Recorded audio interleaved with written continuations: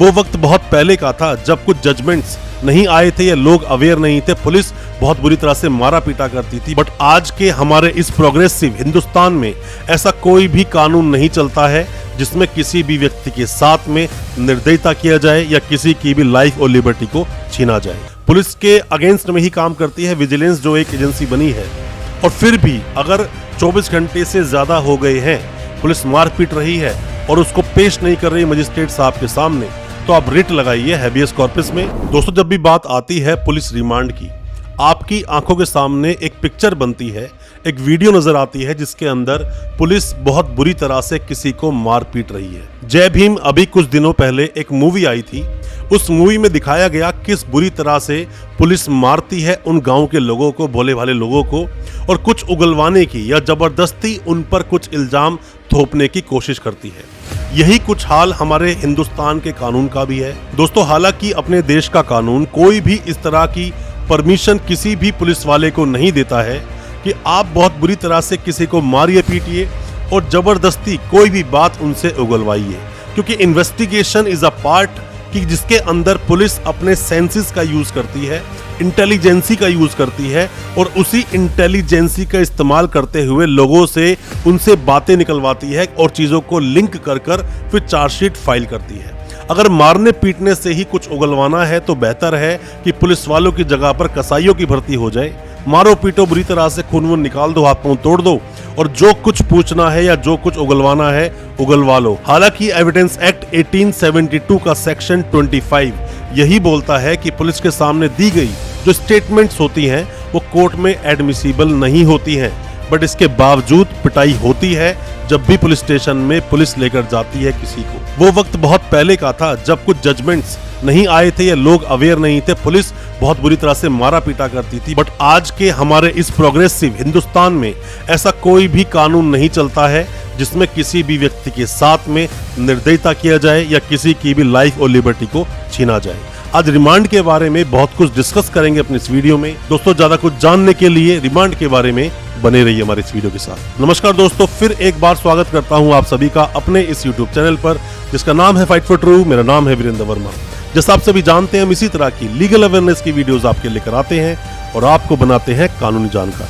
दोस्तों, जब भी पुलिस किसी को भी अरेस्ट करती है, पहले तो आप कुछ चीजें समझिए। जब भी किसी भी अपराध की इंफॉर्मेशन पुलिस तक पहुंचती है, वो ऑफेंस क्रिएट होता है, ऑफेंस होता है कहीं पर भी, वो कॉग्निजेबल अपराध होगा या फिर नॉन कॉग्निजेबल अपराध होगा।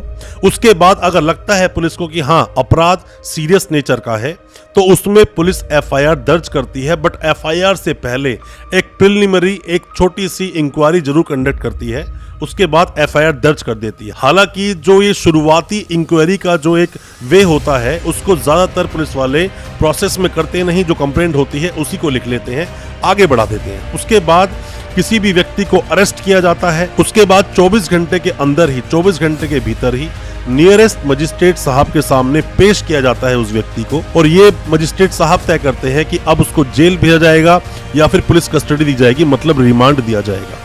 रिमांड इसी को बोलते हैं कि जब पुलिस कस्टडी में भेज देना इन्वेस्टिगेशन करने के लिए। रिमांड इसी को बोलते हैं जब उस व्यक्ति को पुलिस कस्टडी में दे देना, और जो रिमांड है उसका मैक्सिमम टाइम 15 डेज तक का होता है। हालांकि इतना लंबा रिमांड अमूमन मामलों में मिलता नहीं है, पर हाँ रिमांड में जो प्रावधान है वो यही है। और अब इसके बाद मैं आपको एक बात जरूर बता दूं कि रिमांड का मतलब मारपीट बिल्कुल नहीं होता है। अगर मारपीट आपके साथ भी हुई है तो आपको कंप्लेंट करनी चाहिए, और कंप्लेंट अगर आप नहीं करते हैं तो मतलब कि आप पिटने के लिए ही पुलिस के सामने गए हैं। होता क्या है, 24 घंटे पेश करने के बाद जैसे ही वहां मजिस्ट्रेट साहब ने रिमांड दे दिया, रिमांड के बाद पुलिस करती है पूछताछ। अब वो पूछताछ करेगी अपने मामले की, जो भी कोई एफआईआर दर्ज हुई है, जो मामला उनके सामने आया है, उसकी इन्वेस्टिगेशन करेगी। इन्वेस्टिगेशन करने के लिए जगह जगह पर आपको लेकर जाएंगे, बहुत सारी चीजें बरामद करेंगे। हो सकता है क्राइम सीन भी बनाया जाए, अगर किसी का मर्डर का मामला है, रेप का मामला है, उसकी अलग तरह से तफ्तीश होती है, और कोई मामला चीटिंग फॉर्जरी का है तो उसकी तफ्तीश अलग तरह से की जाती है।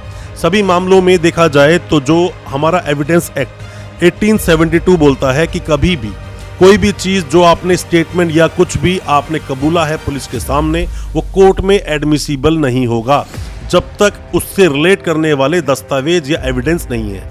यहीं पर सेक्शन 27 ऑफ एविडेंस एक्ट यहाँ पर हिट करता है जहाँ पर रिकवरी और डिस्कवरी का मामला आता है। उसी रिमांड में आपको बेशक मारा पीटा गया हो, उसके बाद आपने जो भी कुछ कबूल किया, आपने मान लीजिए किसी का मर्डर किया और मर्डर के बाद में जिस हथियार से मर्डर किया उसकी रिकवरी हो जाती है, तो एडमिट हो जाता है यहाँ पर कि जो कुछ पुलिस ने पूछताछ की वो सब वैलिड होगी कोर्ट में। या फिर किसी भी इंसान ने फॉर्जरी की या कोई नोट छापता है, वहां पर प्रिंटर मिल जाता है, मतलब कोई भी ऐसे एविडेंसेस मिल जाएं जो पुलिस ने जब इन्वेस्टिगेशन की आपने कबूला और वहां से चीजें बरामद हो गई, यहाँ पर एविडेंस एक्ट का 27 सेक्शन आ जाता है और फिर सब कुछ एडमिट हो जाता है कोर्ट में। अब दोस्तों बात आती है कि पुलिस वाले आपके साथ बहुत मारपीट करते हैं पुलिस कस्टडी में, और ऐसा होता भी है। तो दोस्तों कैमरा लगाने का प्रोविजन है, मैंने आपको बताया था एक जजमेंट करमवीर वाला, उसके अंदर पूरी मैंने वीडियो बनाई है कि हर पुलिस स्टेशन में जगह जगह पर कैमरा लगे होने बहुत जरूरी है। सीसीटीवी कैमरे हर जगह पे लगाए जाएंगे ताकि किसी के साथ मारपीट ना हो। आप उसके लिए एक जजमेंट देख सकते हैं एक और कि अगर आपके साथ मारपीट की गई है, आपके साथ बहुत क्रूएलिटी हुई है, पुलिस ने मारा पीटा है, तो DK Basu versus state of West Bengal, ये जजमेंट आप पढ़ सकते हैं। बहुत सारे डाउट्स क्लियर होंगे क्योंकि आर्टिकल 19 और आर्टिकल 21 जो बात करता है लाइफ एंड लिबर्टी के बारे में, उसके तहत किसी को ऐसे मारा पीटा नहीं जा सकता, जानवरों की तरह किसी के साथ ट्रीटमेंट नहीं कर सकती पुलिस। और ऐसा अगर होता है दोस्तों तो आपको पुलिस के जो भी आला अधिकारी है वहां कंप्लेंट जरूर करनी चाहिए, और साथ में विजिलेंस का भी आप सहारा ले सकते हैं अगर ऐसा आपके साथ में हो रहा है। पुलिस के अगेंस्ट में ही काम करती है विजिलेंस, जो एक एजेंसी बनी है, और फिर भी अगर 24 घंटे से ज्यादा हो गए हैं, पुलिस मार पीट रही है और उसको पेश नहीं कर रही मजिस्ट्रेट साहब के सामने, तो आप रिट लगाइए हैबियस कॉर्पस में, जो कि रिट आप लगाएंगे हाई कोर्ट में या सुप्रीम कोर्ट में। उसके बाद मतलब जिंदा या मुर्दा पेश करने का एक रिट इशू हो जाता है। और पुलिस वाले दोस्तों, कोई भी पुलिस वाला हो, कोई भी सरकारी नौकर हो, वो अपनी नौकरी को लेकर हमेशा भयभीत रहता है। तो अगर ऐसा है तो आपको कंप्लेंट करनी ही चाहिए, और फिर भी अगर आप कंप्लेंट नहीं करते हैं तो दोस्तों आपको जो आपके अधिकार दिए हैं कानून में वो आपको पता होने चाहिए। आपको पता नहीं तो आप पिटोगे, आप पुलिस स्टेशन जाओगे, ढंग से वो आपकी खाल उतारेंगे और ढंग से मारेंगे पीटेंगे। या तो पिटने के लिए तैयार रहो या फिर कानून को जानने के लिए तैयार रहो, क्योंकि अंबेडकर साहब ने कहा है कि शिक्षा वो शेरनी का दूध है, जो पिएगा वो दहाड़ेगा। जितना ज़्यादा हो सके एजुकेशनल वीडियोस देखो, मतलब कि जो हम वीडियोस बनाते हैं आपके लिए लीगल अवेयरनेस पर, आपको बताते हैं आपके कानूनी अधिकार, ये सब वीडियोस अगर आप देख रहे हैं तो कम से कम फ्यूचर में जो कोई भी चीज़ आपके साथ दुर्घटना हो सकती है, कम से कम वो नहीं होगी, और हो भी गई तो कम से कम आसानी से आप निकल पाओगे। दोस्तों रिमांड का मतलब होता है इन्वेस्टिगेशन करना, रिमांड का मतलब होता है पूछताछ करना, रिमांड का मतलब होता है सभी तरह से एविडेंसेस को कलेक्ट करना, आपसे पूछताछ करना। मामला क्या हुआ? अब आप सवाल ये पूछोगे कि सर इतना विनम्र भाव से अगर पुलिस पूछताछ करेगी तो कोई भी अपराधी बताएगा ही क्यों? और अगर ऐसा नहीं है तो दोस्तों पुलिस की जो भर्ती की गई है, इंटेलिजेंसी को देखकर भर्ती की गई, उनकी पढ़ाई लिखाई को देखकर भर्ती की गई, तो पुलिस को पता होता है, और पुलिस डेली सुबह शाम ऐसे ही अपराधियों से इनसे निपटते निपटते जान जाती है कौन अपराधी है कौन नहीं। बट उसके बाद भी अपनी पावर का मिसयूज किया जाता है। हर जगह पर अरनेश कुमार वाला जजमेंट की जो कॉपी है उसको अगर देखा जाए तो वहां बोला गया है कि जो 420 से नॉर्मल जो अपराध होते हैं उन सभी में एक 41A का नोटिस देना जरूरी होता है, बट उसके बावजूद 41A का नोटिस का दुरुपयोग किया जाता है, जिसमें पुलिस छोड़ना चाहती है वहां पर नोटिस दे देती है, फ्री कर देती है। जहां छोड़ना नहीं चाहती उसका प्रावधान का इस्तेमाल ही नहीं करते, सीधा अरेस्ट कर लेते हैं, मजिस्ट्रेट साहब के सामने पेश कर देते हैं। और अगर आपके वकील साहब आपके साथ नहीं हुए तो ये भी हो सकता है कि आपको सीधा जेल भेज दिया जाए। रिमांड में मारपीट होती है और ये बात अछूती नहीं है, लगभग सभी को पता है कि मारपीट होती है। मारपीट करने के अलग अलग तरीके, हालांकि वो सब इलीगल है, ऐसा होना नहीं चाहिए। और आपको पुलिस ने मान लीजिए कि आपको बुलाया, रिमांड पर लिया, रिमांड पर लेने के बाद में मजिस्ट्रेट साहब के सामने दे दिया, जेल भेज दिया, तो क्या जेल के बाद भी वो रिमांड पर ले सकते हैं? हाँ जी बिल्कुल ले सकते हैं। वो आपको निकाल सकते हैं 1, 2, 3, 4 दिन के लिए निकालेंगे और बोलेंगे अभी हमारी तफ्तीश बाकी है, चार्जशीट फाइल करनी है, हमें इसको कहीं लेकर जाना है, वहां भी आपके साथ मारपीट हो सकती है। मारपीट करने के अलग अलग तरीके होते हैं। कोई तो हमें बोलता है, जैसे आप ही लोग अक्सर हमें कॉल करते हैं, बताते हैं कि सर मुझे पानी के पाइप से पुलिस ने बहुत मारा रात भर। ये भी बहुत सारे लोग बोलते हैं कि मुझे बांध कर लटका दिया और लटका कर भी मुझे मारा। ये भी बहुत सारे लोग बोलते हैं लात घुसे मुझे बहुत मारे। हालांकि कोई भी ऐसी चोट पुलिस आपको नहीं पहुंचाती जो कि विजिबल हो, जो देखने में आए, और अगर देखने में आए तो मजिस्ट्रेट साहब के सामने आपको कंप्लेंट जरूर करनी चाहिए ऐसे पुलिस वालों की। और साथ में कई बार बोलते हैं सर हमने बहुत गंदी गंदी गालियां दी, गालियों का प्रूफ कैसे करोगे कोर्ट में, या फिर बहकाकर हमें अपने कॉन्फिडेंस में लेकर हमसे फालतू बातें इन लोगों ने उगलवा ली या हम पर झूठा केस दर्ज कर दिया। ऐसा कुछ भी अगर आपके साथ भी हुआ है तो मैं फिर आपसे बोलता हूं ऐसे पुलिस वालों की आप कंप्लेंट जरूर करें। दोस्तों, रिमांड जब लिया जाता है मजिस्ट्रेट साहब से तो मारने पीटने के लिए नहीं लिया जाता, वो इन्वेस्टिगेशन पूछताछ ये सब करने के लिए लिया जाता है। पर हाँ, ऐसे भी कुछ अपराधी होते हैं जो बिना मारपीट के कुछ बताएंगे ही नहीं।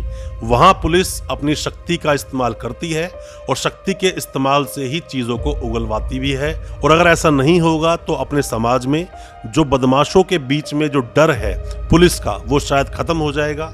पुलिस कई जगह अच्छा काम करती है, काबिले तारीफ होता है, बट कई जगह जो शरीफ लोग होते हैं, जो शरीफ घराने के लोग होते हैं या फिर जो लोग इनोसेंट होते हैं, उनको मार पीट कर उगलवाना वो कई बार गलत भी हो जाता है। तो दोस्तों, उम्मीद करता हूं आज इस वीडियो के माध्यम से आपने जाना होगा रिमांड में क्या होता है, क्या प्रिकॉशंस आपको लेने हैं। कोई भी चीज़ें आप जानना चाहते हैं रिमांड के बारे में, बेल के बारे में या कुछ भी क्रिमिनल केसेस के बारे में, कमेंट बॉक्स में अपने सवालों को जरूर पूछें, हम आपको रिप्लाई जरूर करेंगे। और अच्छा लगा हो आज का वीडियो, हमारी वीडियो को ज़्यादा से ज़्यादा अपने दोस्तों, परिजन, परिवार में शेयर करें ताकि वो भी अपने आप को हर तरह की लीगल अवेयरनेस से अपडेट हो सके। बहुत बहुत शुक्रिया दोस्तों, धन्यवाद हमारी इस वीडियो के साथ बने रहने के लिए।